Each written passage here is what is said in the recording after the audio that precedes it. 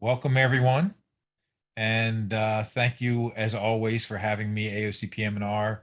I'm really glad to be able to present on a case study. Obviously, the last one was me and my shoulder, but now this one is actually a hypothetical um, patient or client who has been diagnosed with knee osteoarthritis and metabolic syndrome. And part of the reason why I wanted to combine these, and this will actually be an ongoing thing, is because the exercise science guidelines tend to, and I can only speak for the field of exercise science, but they tend to silo things into what you should do for one condition versus what you should do for another condition. And people rarely present with conveniently with just one condition.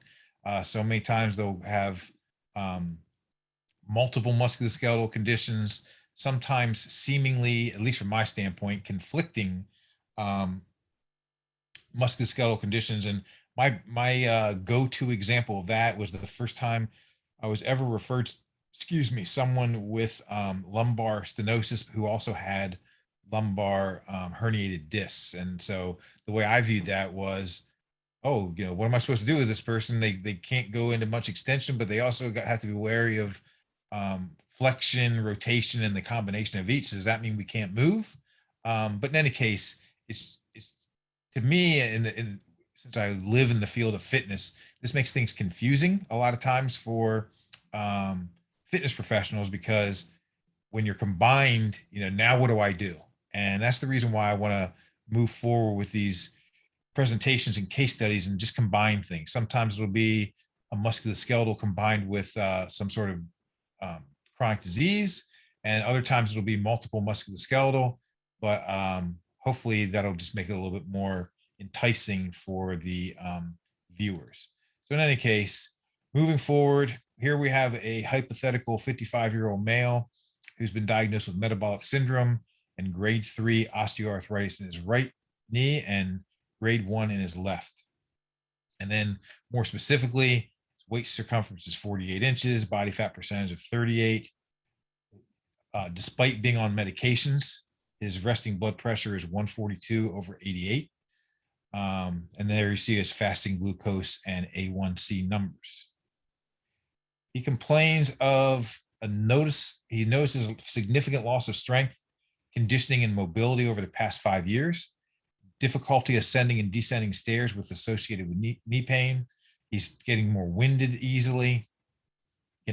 more easily, increasing difficulty getting up and down from the floor. General deconditioning and knee pain are beginning to negatively affect his balance, and his gait is starting to be affected. He's starting to reduce weight bearing on his affected or right side.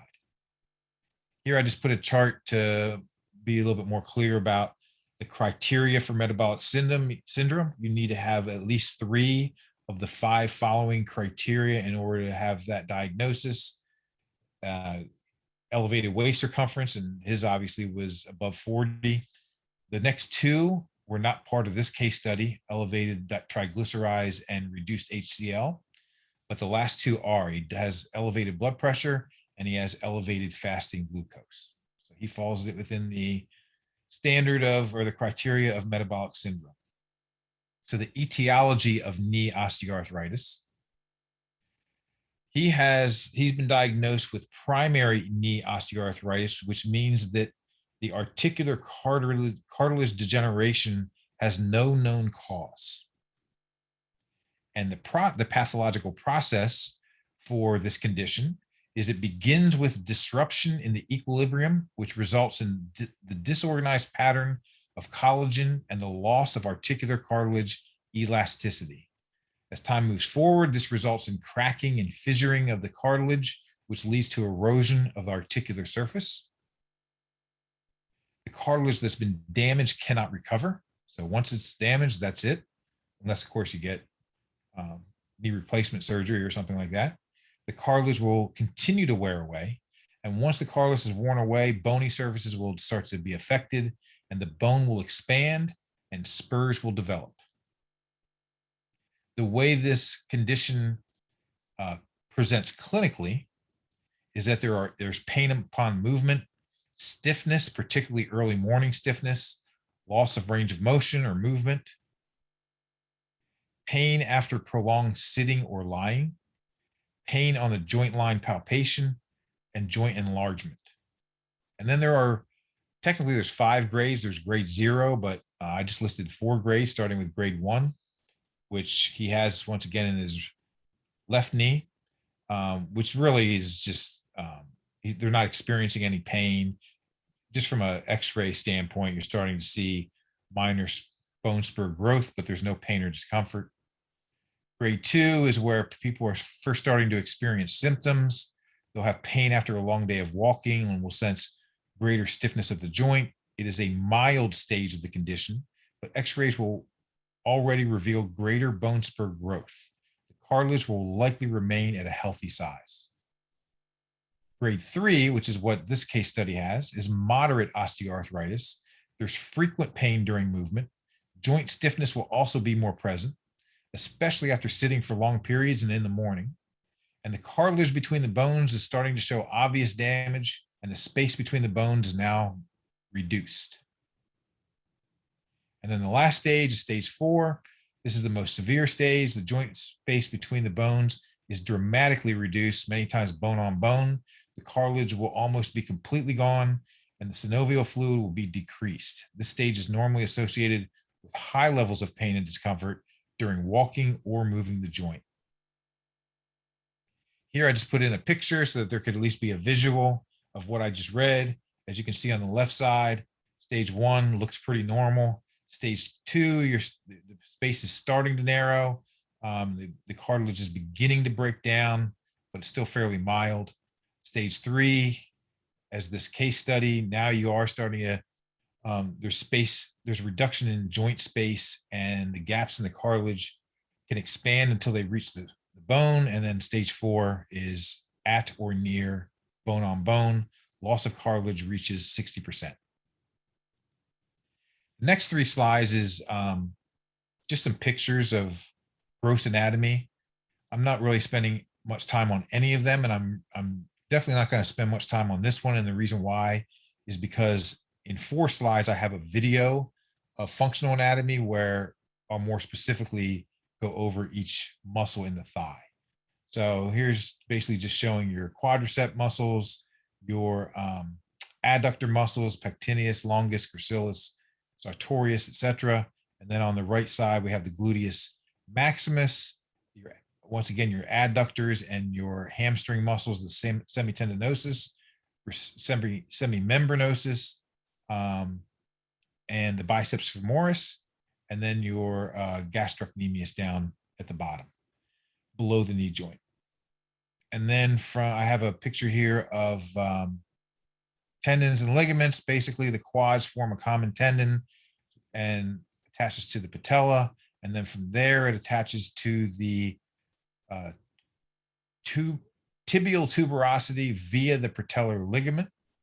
And then from a bone standpoint, as you can see, we have your fibula, your tibia, your meniscus, both lateral and medial, your condyles, and obviously the femur up here. So there's a quick anatomy overview. I'm kind of assuming or hoping actually that my PowerPoints, by the way, Brendan, I can hand in my PowerPoint, turn it in. So in case anyone wants the PowerPoint, I can make sure that you and Andrew have it, and then they can get copies of it. Okay. So in any case, I have now a quick video showing the functional anatomy of adductors, the quads, and the hamstrings. And just for time's sake, because the most important part of this presentation is the good stuff, is the exercise program design, I purposely kept this short. So here we have the entire muscle of the adductor adducting the thigh. And then it also is a hip, an assistant hip flexion. And then let me actually reverse this. Let me go back for a second. So an assistant hip flexion, the adductors do. And then here, if you look up top here, you'll see I kind of go through and I click on each one. So here now we have the adductor magnus, which adducts and also is involved in hip internal rotation and hip extension.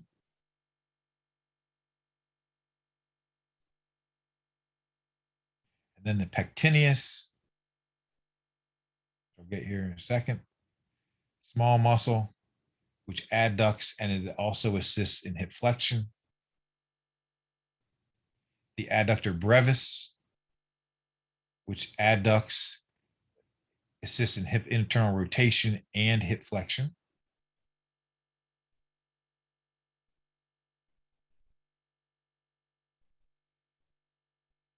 Next is the adductor longus, which obviously does pretty much the same as the others. And then the thin little gracilis, which does multiple things. Adducts, assists in hip flexion, assists in knee flexion, and in knee internal rotation. And then lastly, or not lastly, I go over to the quadricep. And I kept this short. I didn't go to each individual one because they all do the same thing. Extend the knee. Here in an open chain movement and here in a closed chain movement.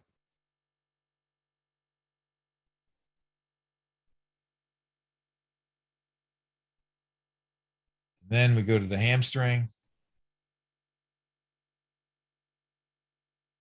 And I kind of go through each one here. Here's the entire group, flexing the knee, extending the hip, and extending the back in a closed chain movement. And then I quickly go through each one. Semitendinosus, pretty much doing the same stuff, but it's also a knee internal rotator. And the semitendinosus, same stuff, which is the reason why I didn't stay on it. Biceps femoris, assists in knee external rotation, and the long, that's the short head, and then the long head, knee extension, flexion, hip extension, external rotation, and hip. So I know I purposely went through those fast because I figured that if anyone wanted me to go slow it up, I absolutely would, and or I'll turn the PowerPoint in if they want to see this, or they can just review muscleandmotion.com where I got the videos from. Next. So I just want to throw some slides in because I wanted to kind of do a compare and contrast and just kind of give a sense of what typically goes on in traditional acute physical therapy and compare and contrast that with what my approach, which I'm obviously heavily biased towards. So here's some of the stuff you'll see in traditional acute physical therapy. They might use hydrotherapy to help reduce the pain. Taping, which works to offload the joint, similar to bracing. Manual therapy is going to be very common to help improve joint range of motion and potentially reduce pain as well. Massage may be useful to control pain in some subjects. Putting a knee brace on them. I personally, I'm not the biggest fan. I know it's a case-by-case situation, but I personally am just not the biggest fan of using an external source of stability. I understand, at some point, potentially in the rehab, you might need to do that, but I just wouldn't want the person to get too reliant on that because we want internal stability via strengthening as the primary intervention for joint stability. And then they might use electrotherapy, which may help with the pain reduction. But the three biggest are going to be hopefully they're going to counsel the person to increase their physical activity. And although it might be counterintuitive, the one thing we don't want to do is sit around too long and sit and lie around. You want to be active. You want to walk or do non-weight bearing exercise such as cycling or swimming, or things like yoga and Tai Chi have all been shown to be beneficial for for individuals who've been diagnosed with knee osteoarthritis. And then obviously we want to, so what I'll do which is going to be very similar to what they'll do in physical therapy, except in physical therapy, they'll probably just do this locally where I'll do it globally, and that is a joint range of motion assessment. So with this particular individual, I would actually assess their joint range of motion from great toe to cervical spine and everything in between, because I want to see with it where this individual is restricted or tight, normal, or hypermobile. And I also want to see where asymmetries may exist in flexibility. I also just want to see, as I'm moving the person passively through the ranges of motion, um, kind of how tight it feels subjectively to them. And I'll even be looking at their face to get a sense of apprehension as I'm moving through joint range of motion, because that will give me an idea of what I might need to be wary of, at least initially on the gym floor. So I'll um, assess joint range of motion with every single patient who is referred to me. Those are the reasons why I do it. So it's not just to look for areas where they're tight, normal, and hypermobile, is to look for all those other things as well, because I have enough experience now to know how tightness or apprehension, as an example, um, or discomfort, where their discomfort is within the range of motion, if there is any, and how that might manifest itself on the gym floor or just in general movement. So the joint range of motion assessment is, I honestly think, it's critical. And I think that it is a shortcoming of the fitness field that trainers generally don't know their joint ranges of motion and aren't assessing them. And instead, they're doing things like, an overhead squat test, which you would never want to do with this individual. We should not be doing some sort of deep squat test to look at lower body mobility. And they'll learn things like this. And then when they get a client such as this one with grade 3 or grade 4 knee osteoarthritis, then a lot of times they're lost. They don't know what to do. I can't do a deep squat with this person. Now what? They don't know the alternatives. And ultimately, even in a deep knee squat, I'm just continuing to use that as an example. Even if you could do that with someone like this, it's still not necessarily going to pinpoint exactly where they're tight, normal, or hypermobile. It's just going to give you an idea. You're still going to have to break it down. So why go through the process of, starting with something that you're going to need to break down further to see what the exact issues are, when you can just start right from the foundation anyways. And it just doesn't take, once you know your joint ranges of motion, it just doesn't take that long to perform an assessment. So I'm just heavily biased towards doing that. And then obviously we want to strengthen the individual, the whole body, but more specifically for this condition, their core and their lower kinetic chain. All right. This particular slide, I'm probably going to be including in every single presentation I give for the AOC PM&R, because it is literally the framework for every single referral, whether it's disease and or musculoskeletal condition. It literally doesn't matter their age. It doesn't matter what the condition or diagnosis is. What I'm getting ready to show you is the framework for everything. And before I even go through it, I want to say, and I didn't create this as a slide, so I'm actually kind of reading off a Microsoft Word document I have in front of me. But since I knew I was going to give this presentation, and I'm actually giving another one kind of similar tomorrow, I did an informal survey on Facebook yesterday, and it was in 2 National Strength and Conditioning Association fitness groups, an American College of Sports Medicine fitness group, American Council on Exercise, National Academy of Sports Medicine, the International Society of, I can't remember the acronym, but it's ISSA, which is another fitness organization, my own timeline, and another fitness group.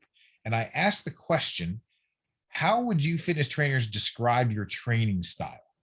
Because one of the things I've learned over the course of my 26-year career is that even though the 2 governing bodies in exercise science, the American College of Sports Medicine and the National Strength and Conditioning Association, highly suggest a periodized protocol, which I'm getting ready to explain on the slide, there are very few fitness trainers who know it. And if you don't know it, then you can't abide by it. And so, as you're probably aware of, what typically goes on in the fitness field. And so what I did was I listed in my little question I listed some styles and I asked the trainers, which of these apply to you? Is it one? Is it more? Is it do you feel like they all apply to you, etc. And the list is that your style is the workout of the day, or in other words, you're just constantly switching things up, and there's really no rhyme or reason to your um, fitness training methods. The next one was a heavy focus on making the sessions fun and entertaining. The next one was more of a bodybuilder or aesthetics focused training style. The next was that they prefer, it's the type of trainer who prefers high repetitions with lighter weights, a trainer who prefers lower repetitions with heavier weights, such as a 5x5 training style, which is very popular in the fitness field, a military style, strongman or power lifter, a corrective or therapeutic focused training style, functional, or other. So that was my list. And once again, I posted in this like 7 different groups. I got a lot of responses, and almost none of them said periodization. Even the ones in the NSCA and ACSM groups, almost nobody said periodization and a progressive focused training style. The most popular ones by far were the workout of the day, where you're like uber variety, where you're constantly switching things up, or a heavy focus on making the sessions fun and entertaining. And then the other 2 most popular ones were corrective and therapeutic focused, or functional focus, which is a very ambiguous term. So maybe in the future I'll do a presentation or part of a presentation on just that alone, so you can be a little bit more aware of, because I'd like to be able to compare and contrast in more detail those styles versus what I'm getting ready to show you, but I just don't have time in today's session. But this is how I've learned to go about it. I just think it's common sense. And I honestly just wish that every trainer would do it, because you literally can take those other styles and insert them into what I'm getting ready to show. And that is, ACSM and NSCA guidelines basically break down program design into 2 categories. There's the initial program design, which is also known as the familiarization phase. It's also known as the adaptation phase, where the body is now adapting to the new stress of exercise, and in this case, resistance training. And then you're only in that, it's the initial stage, so you're only in there for so long. It could be 2 or 3 weeks, could be several months. It just kind of depends on the situation. And then from there, once you get out of the initial stage, or actually before I even get to that, basically what's going on, the initial stage closely mimics traditional physical therapy. You typically start at somewhere around 10 repetitions per set, which is very common in physical therapy. It's low RPE, or in other words, low intensity. You're teaching the individual proper form. You're determining the appropriate exercise selection and their pain-free range of motion. You're teaching them names of exercise, flow of the session, and helping develop mind-muscle connections via verbal, visual, and tactile cueing. So that's what that initial stage looks like. And it typically lasts for a few weeks to several months. It just depends on individual, their conditions, their fitness level, their learning curve, etc. Basically, the end of this phase is determined by they're becoming familiar enough with the exercises that you don't have to cue them as much. And that part of the learning curve is now significantly diminished. You've increased the intensity during this phase so that the workouts are no longer like in the warm-up. The intensity of the loading is no longer in the warm-up range. You're now kind of progressing them through the warm-up intensity continuum, and now they've at least gotten to the point where they're on the lower end. The intensity is at the lower end of a true working set.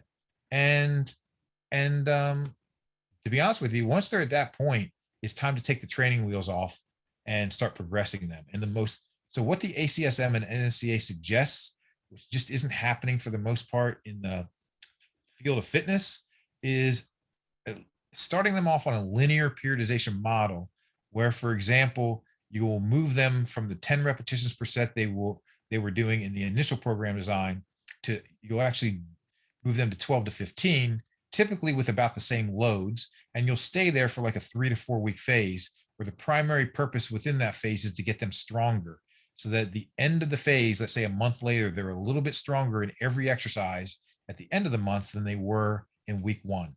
That prepares their mind and their body for when you reduce the repetitions by 2. It's just a small reduction. So it's just a small increase in load. You stay there for a 3 to 4 week phase, and same goal.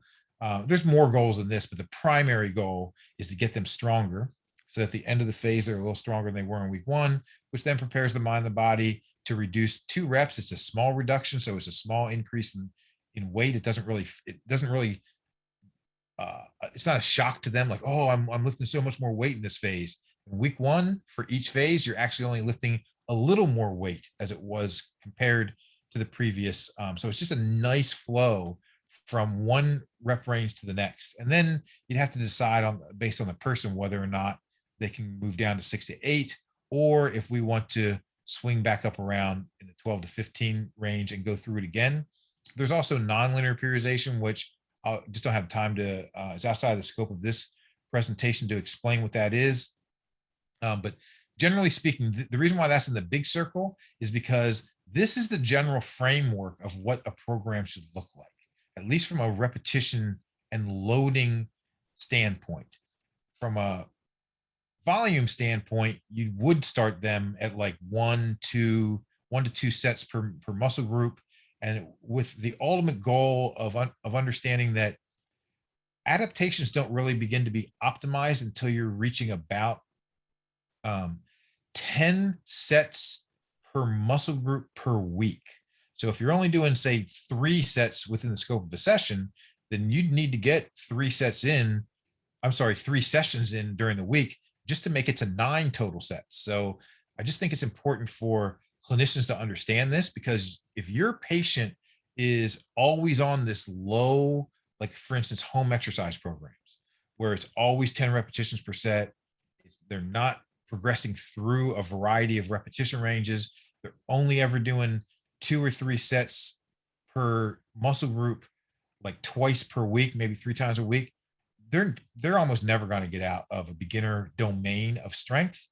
And the problem with that is we need that to happen for the tissue, both muscle tissue and secondary soft tissue, to increase in its ability to tolerate stressors and resiliency.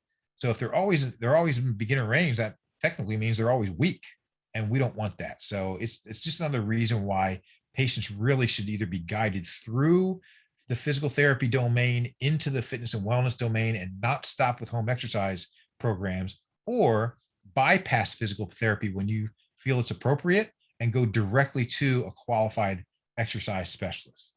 In any case, and other things we want to do that we want to insert into this overall framework that I just described is you just want to make sure that you're balancing strength and flexibility, and that you're ensuring proper form. With balancing flexibility, all that means is that you've done your joint range of motion assessment. You now know where their restrictions are, and you place them on a proper program to move those tight areas back to being normal. And by doing that, you're going to balance their flexibility as long as they're compliant. Proper form is a given. And what I mean by balanced strength is I also am a believer that fitness professionals should know, generally speaking, strength balance ratios. So for instance, it's common in sports medicine to know that quad to hamstring strength balance is 3 to 2. The quad should be a little bit stronger than the hamstrings. That same strength balance ratio applies to the abductors and adductors, where the adductors should be a little stronger than the abductors. And then another example would be from the chest and back standpoint, or push-pull. You'd want it to be about a 1-to-1 ratio for shoulder and neck health, or some literature will say a 5-to-4 ratio, where your pull is a little bit stronger than your push. So you don't want your chest to be stronger than your back. You either want them to be about the same, or your back slightly stronger. But the point is that we should know that, I'm just a huge believer that we should know this stuff, and it's just not happening enough in the fitness field. And if you go back to these training styles where it's mix things up and uber variety, fun and entertaining, always doing light loads, et cetera, et cetera, where is the person showing the understanding that there's actually more to it than that? We need to balance their strength. We need to balance their flexibility for joint health. And so that's just another reason why I'm not the biggest fan of a lot of these training styles out there and heavily biased towards this because A, it's it's the governing body guidelines, and B, it inserts sports medicine concepts within it that are just common sense.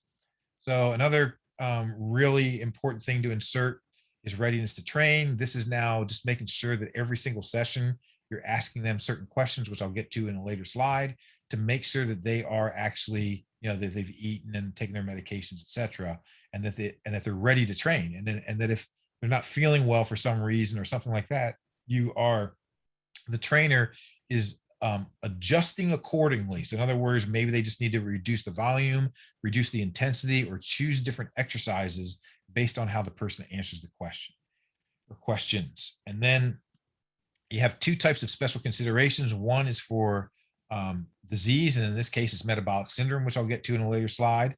But you have to consider the how you need to adjust the program based on their diagnosis.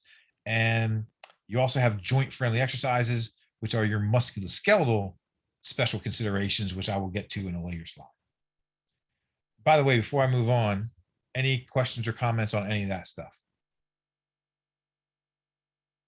All right, good. Oh, go ahead. No, I'm good. I was going to say I'm good. Okay, good. So I expected that, Brennan. Otherwise, you would have been in trouble. All right, so I'll go to the next slide.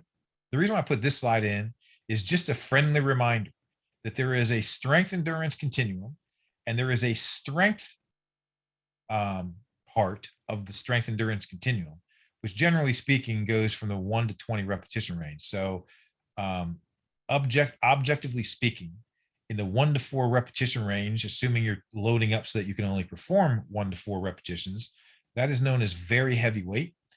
At the other end of the continuum, in the 15 to 20 repetition range, that is where you can only perform 15 to 20 and you loaded so that you couldn't perform any more than that. That's known as very lightweight. And then you have everything in between, heavy, moderate, and light.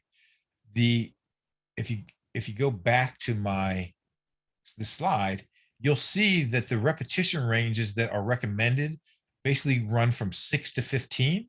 So now going back to this slide, if you look, that basically what that means is that you're actually spending most of your time, the ACSM and NSCA guidelines are suggesting that you spend most of your time in the moderate to light range with some time in the heavy range. This is for the general population. For athletes, that's going to be skewed down more to the 1 to 12 repetition range. But for the general population, the suggestion is that they're spending most of their time in the 6 to 15, or some literature might say 4 to 15 repetition range.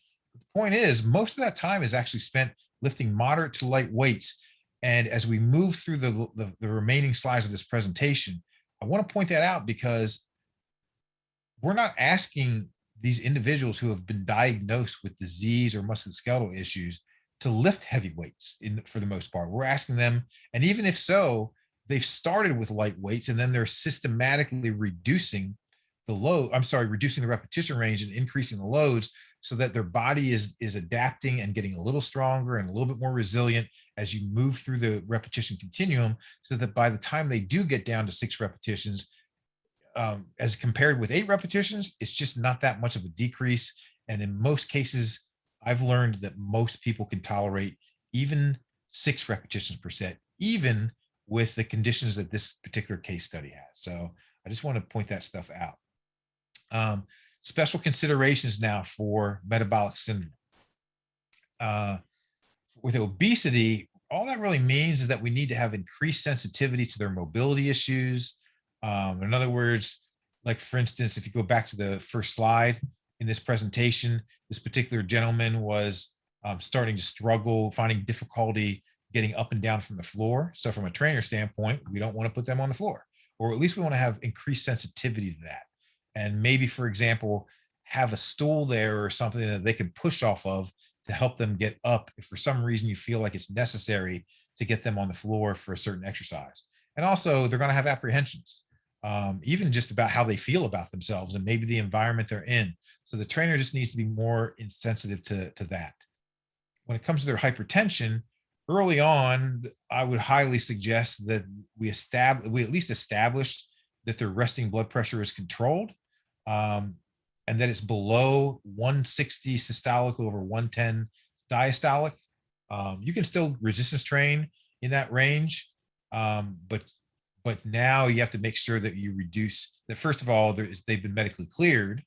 In this case, the person was 145 over 88, I believe. So it's not up in that range. I'm just making a point that if it is up around 160 over 110, you actually can still exercise according to ACSM guidelines, but you just have to start reducing your intensity at that point, etc. And so in any case, you'd want to take their blood pressure early on, just to establish a theme that they really are taking their medications, that they're in that resting range that they claim they're in. Um, and I'm sorry, let me go back. We also just want to make sure that the program is RPE based, or in other words, that the sets are submaximal, that you are terminating them appropriately and not taking them to muscle failure. You want to make sure that you terminate sets that's at least 2 or 3 repetitions shy of muscle failure, which I've also found is, because there's an initial phase where you actually are starting at RPEs below that, starting at like RPE of 4 or 5, where it's like a warm up set. You're most people can tolerate a 7. Almost everybody can tolerate a 7 on a scale of 1 to 10, which is a true working set. And I've even found that most people can tolerate, eventually they can be progressed to tolerating a 7.5 or an 8. I usually stay away from 9s and 10s with just about anyone. And I absolutely would with this person, since they have hypertension. We'd only go in like the 7 to 8 range, but I've absolutely found that most people can be progressed to tolerating that, as long as we are educating them on breathing and making sure they're not holding their breath, avoiding the Valsalva maneuver where their glottis is closed, and that we educate them, and that we as a trainer understand the signs and symptoms they might experience if they're having some sort of hypertension related flare up, such as, and these aren't all of them, I just listed some: headache, chest pain, chest tightness, heart palpitations, unusual fatigue, as examples. Special considerations for metabolic syndrome. I'm sorry, for type 2 diabetes. So you're going to really want to have sensitivity to the readiness to train questions, which I have on, I think, the next slide. And early on, you want to, this isn't necessarily a requirement from the ACSM and the American Diabetes Association, but I would just suggest that early on, you make sure that their blood glucose has been checked so that you can establish a controlled theme, or in other words, that their blood glucose is not below 120 milligrams per deciliter. It's preferably not above 300. But the truth is, the guidelines say that it can be above 300 as long as there's no presence of ketones and they feel well. But in that case, you would want to reduce their intensity of resistance training to moderate. So that actually was surprising to me when I first learned this. I thought initially that the safe range was 120 to 300, but once again, it's actually okay if it's above 300 as long as there's no ketones and they feel okay. And then once again, the signs and symptoms that I went over briefly in the previous slide, we want to make sure we understand those, especially as it relates to hypoglycemic reaction. And early on in their program design, we also don't want to have short rest periods between sets because they're deconditioned, and we don't want them to be battling, this, be out of breath, and then you're already asking them to do their next set of resistance training before they've even recovered. We want their heart and breathing rate early on to return back to at or near resting level, and allow them to first just adapt to the new exercise of, I'm sorry, the new stress of exercise. And then we can slowly start to adjust rest periods between sets to, especially in the higher repetition ranges, to start getting them more conditioned and develop some stamina.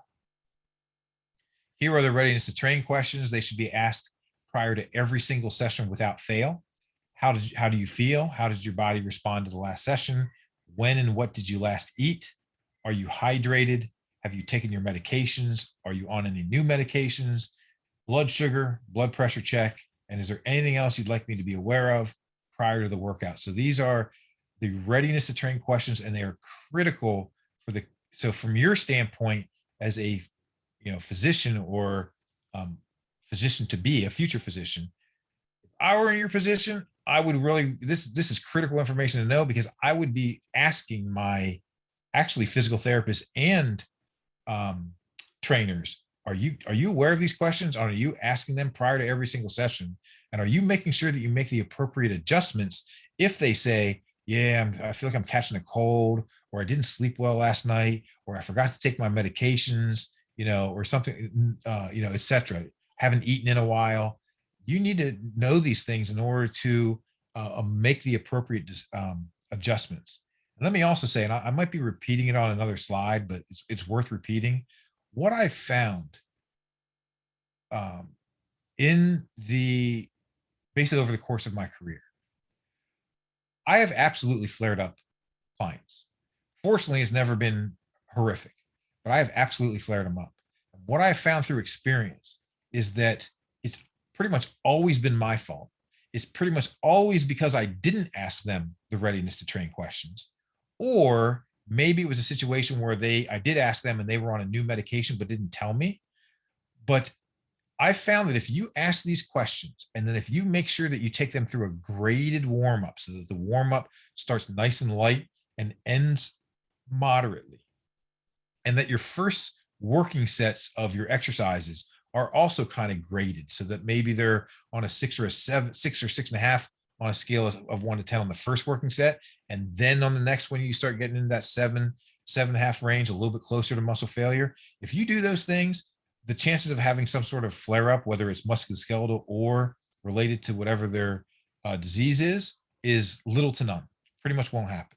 So that's the reason why these questions are critical, and it's also the reason why it's critical for clinicians to understand this and to ensure that who they're referring their patients to are asking these questions.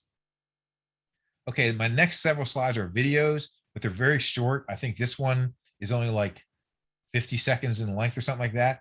Just want to give a quick idea of, like, there's obviously a million core exercises. So I just gave a general idea of core exercises I might begin this particular case study with. We obviously have to strengthen every major muscle group in their body, including their core. So if their core is really deconditioned, if it's weak, I might start off with a Pilates mat exercise like this march or heel tap, whatever you want to call it. And also notice, this is my wife, by the way, but I absolutely would try to make sure that, well, I'm sorry, if the in a perfect world situation, you would want the facility that you're working at to have a table such as this that you have access to for the obese person who is with grade 3 knee osteoarthritis, who is apprehensive and is having difficulty getting up and down from the floor, so that you can do something like this. And if you don't have access to it, then that's where the creativity and critical thinking is going to have to come into play, because you might not want to put this person on the floor. They're apprehensive about it. So you might need to do your core exercises, like for instance, on the cable machine. But in any case, it might start off with something as easy as this, or we might progress to a slow bicycle. I think I just showed like 2 repetitions here. Oh, there's one. Or maybe some sort of a dying bug, slow and controlled. Here's a modified version of Pilates hundreds, where the knees are a little bit more bent than you typically find. Let me hit pause. This is just a cable anti-rotation. So they're just it's just resisting the rotation with a load and working the obliques from a stability standpoint. Here's a modified crunch, taking the lumbar spine out of the equation, and it's just thoracic spine.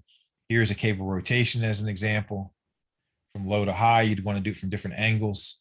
So those are just some examples of core exercises I would have them do. But more specifically, and to give more clarity, I'd make sure that their program includes core stabilizers, like you saw in the early part of the video, where the core is not moving, and core movers, where we're doing rotations, lateral bends, and crunches as examples to get to work both the movers and the stabilizers.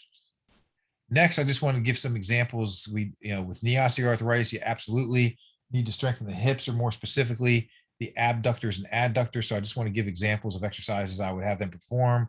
I might start with something simple like this adductor exercise, or maybe if we have access to a machine like this. Here's a client pulling, a cable abduction where they're pulling in while they're standing. And then here's some classic hip abductor exercises like the classic sideline clam, the sideline leg raise with an ankle weight. Here's side stepping with a TheraBand. All of these should be safe with someone with obesity, hypertension, or I'm sorry, metabolic syndrome, and knee osteoarthritis. If you have any questions on any of that towards the end, please let me know. Then, so now what I did is, this is a longer video. I can't remember how long it is, but I think it's somewhere in the 2.5 to 3 minute range. Quickly flying through some lower body exercises I would have this person perform, but I am going to speak a little bit more. I'm going to stop this a few times and give you some views I have based on my experience. So in physical therapy, this is going to be a really standard exercise for this type of patient with grade 3 knee osteoarthritis, a body weight bridge, maybe bilaterally, maybe unilaterally as a progression, as an example of progression. But here's an example of a hip barbell hip thrust, and I'm going to stop for a second. For whatever it's worth, I am a huge believer in using, and I've described this in an earlier presentation, I think my first presentation for the AOC PM&R, what I call the RPE method, where you combine RPE, scale of 1 to 10. So you're basically asking the client, how did that set feel on a scale of 1 to 10? How did the last repetition of that set feel? And then you obviously have to define it more, but that's where the other variables come into play, which is the look of strain on their face. It's called face of effort, and there really is a lot of half decent amount of research on this. And we just know, those of us who lift know that once you start getting close to muscle failure, you're going to naturally strain your face, and there's nothing you can do about it. So that's known as face of effort. And if there was no face of effort, then it was probably a warm up set. If there was a face of effort, then it was probably a working set, or at least in that range. But the most important variable is the slowing of the velocity of movement. So I am just the biggest biased believer that you need to know this concept. And even in physical therapy, it is just barely being used. Not the concept as a whole. They might say they use RPE scales, but what I found for the most part is that they're, and look, I'm painting a broad brush and this isn't completely fair, but what I found is a lot of what's going on in rehab, and I'm also pointing fingers back at the fitness field as well, is asking the patient, was that challenging enough?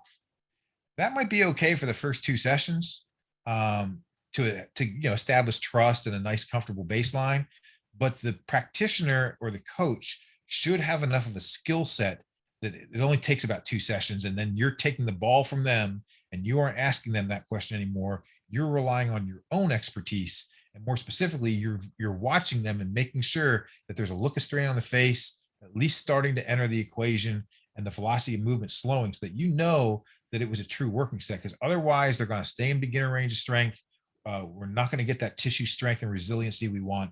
So the reason why I'm saying all this is because I found that even with someone with grade 3 and grade 4 bone on bone knee osteoarthritis, I am quickly taking the training wheels off of bridges, even single leg bridges, and I'm quickly moving them to these like barbell hip thrusts. Why? Because your glute hamstring complex is probably the strongest muscle group in the body. And I even have, for example, a 76-year-old female client. She's been training with me for like 7 or 8 years. So we didn't start with this, we progressed to it. But she's 76, she weighs 112 pounds, and I have her hip thrusting in the 100 to 140 pound range. And she also has some osteoarthritis in her knee and other issues in her knee as well. And I have her hip thrusting more than her body weight for like 6, 8, 10 reps, even 12 reps. So these body weight bridges and stuff like that should be, just the very beginning, and we should graduate them quickly to barbell hip thrust with some sort of load.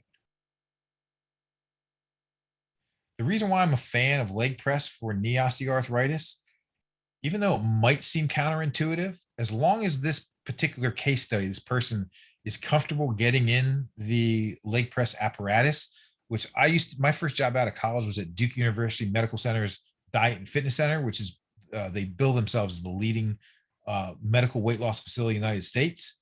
Um, we had leg press machines there, and these were obese, and some cases morbidly obese individuals who came there to lose weight, and not all of them, but a large percentage were comfortable getting in and out of a leg press apparatus as long as you demonstrated them how to do it properly and safely. And the reason why I'm a big fan of leg press for as a knee friendly exercise is because you can load up less than their body weight. So, like for instance, a body weight sit to stand is still their body weight, and if they're heavy, it's a half decent amount of body weight. But on a leg press, you could technically just do the sled, or if it's a where you put the pins in, you technically could just do 10, 20, 30 pounds. So you can really start sub body weight and then progress them over time. You can also, it's a lot easier to manage and instruct their joint range of motion and start off with like the lightest weight possible, make sure that they found their available pain-free range of motion, and then slowly load them up from there, remaining in their pain-free range of motion. So I'm a big fan of leg press, if the facility has it, as a knee-friendly exercise. Next would be, so deadlifts. Any style of deadlift is going to be a knee-friendly exercise for most knee conditions, including this one. And the reason why is because look at the starting position. The knee's barely flexed at all.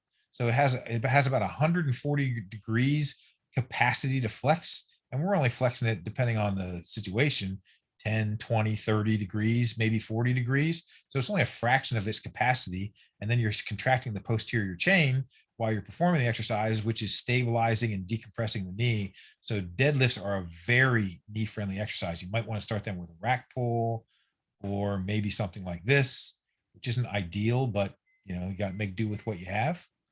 And then you slowly progress them to the floor. And for example, I'm going to press stop again. I had a client for 8 years, trained him until he was 80 years old. We started at 72 and trained him until he was 80. He had grade 4 knee osteoarthritis. We absolutely progressed to what you're seeing in this video. It took a little while, but I progressed him to trap bar deadlifts, where he was pulling from the floor and he was pain free despite being bone on bone. And actually, he still golfed, and it actually really helped. He said that it really helped his golf game by by performing this exercise, and taking away a lot of that knee pain, stabilizing his knee. So deadlifts. Now, here's just an example of a goblet squat with kettlebell. I think that is cable goblet squat. The one thing that's not going to be the case is we're definitely not going to have this person going this deep. We're going to do an assessment and find his available pain-free range of motion. And as long as his knee bend, let me back up just a hair. So this is about, if you can see, this is approximately a 45 or a 50-degree angle. Research shows that that the most stress on the knee is from 0 to 60 degrees. So from 0 to about a quarter squat, or a little below a quarter squat is the most stress on the knee. So the point is that in my opinion, before we load the person up on squats, we want to make sure that they have an available range of motion that's greater than 60 degrees. So 90 degrees would be approximately a half squat, where the thigh is parallel to the ground. It actually doesn't need to be quite that deep before you start loading up, in my opinion. At the very least, we still want to take them. They're sitting to stand every day. So at the very least, we should be doing body weight squats within their pain-free range of motion, no matter what it is. But the point is that I might load this person up with some sort of goblet squat, whether it's cable or dumbbell, within their pain-free range of motion.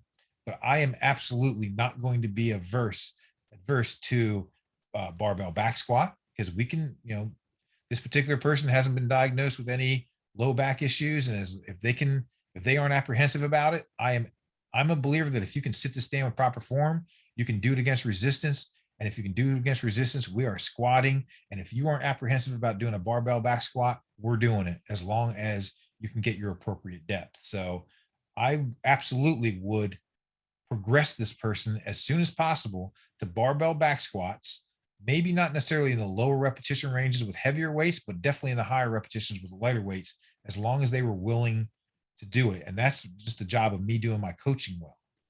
Front squats, if they have the wrist mobility and lat mobility to be able to do them.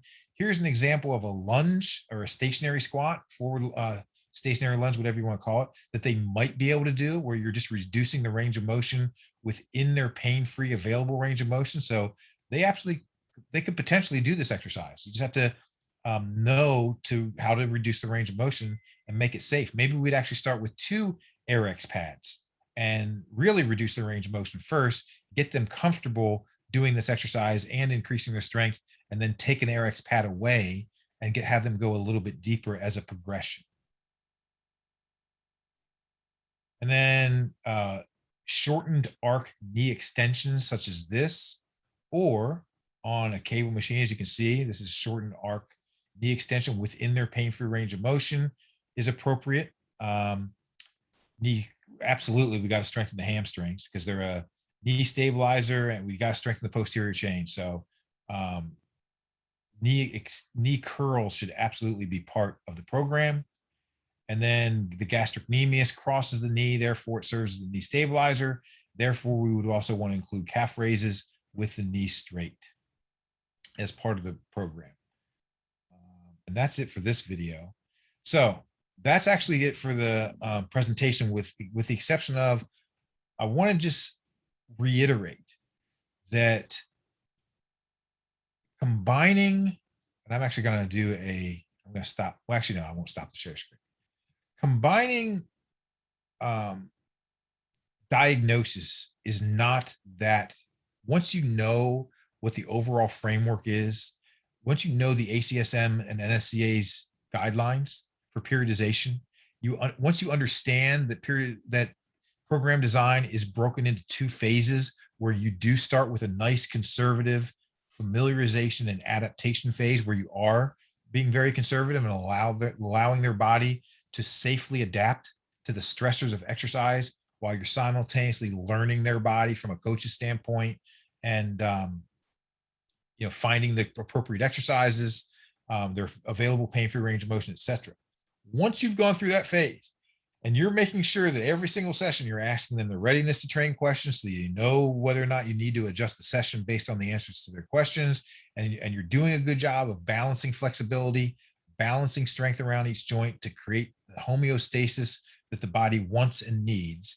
And if you understand what your joint friendly exercises are, and in this case, it's going to be leg press, hip thrusts, bridges and hip thrusts, deadlift variations, and potentially squat, and even a stationary lunge within their pain-free available range of motion. Then from there, if you add in a disease, whether in this case it's metabolic syndrome, or let's say we add in fibromyalgia or lupus or multiple sclerosis, etc., in that case, it's just knowing your special considerations, which almost always manifests itself in the need to back off of intensity and volume. So as long as you're grading the warm up, appropriately backing off in intensity and volume, understanding your exercise selection, making sure to establish trust so that they aren't apprehensive about anything you're doing with them, etc. Really, the overall framework and program design just isn't that difficult. You just need to know these things. And once again, and lastly, if you compare this approach to constantly switching things up, where you're not concerned about balancing, strength around joints, and you're not progressing them in strength in a nice systematic fashion, or making sure that it's fun and entertaining, or some of these other styles that are out there. What are you going to do when someone actually has a situation where what they've been diagnosed with is on the severe end? That's just not going to work, in my biased opinion. So that's just another reason why I feel like this approach is just really just should be the prototype approach, and for any type of diagnosis, and it just makes sense, and it follows both sports medicine, and exercise science guidelines. So with all that said, thank you so much for watching and listening to my babbling, and any questions or comments?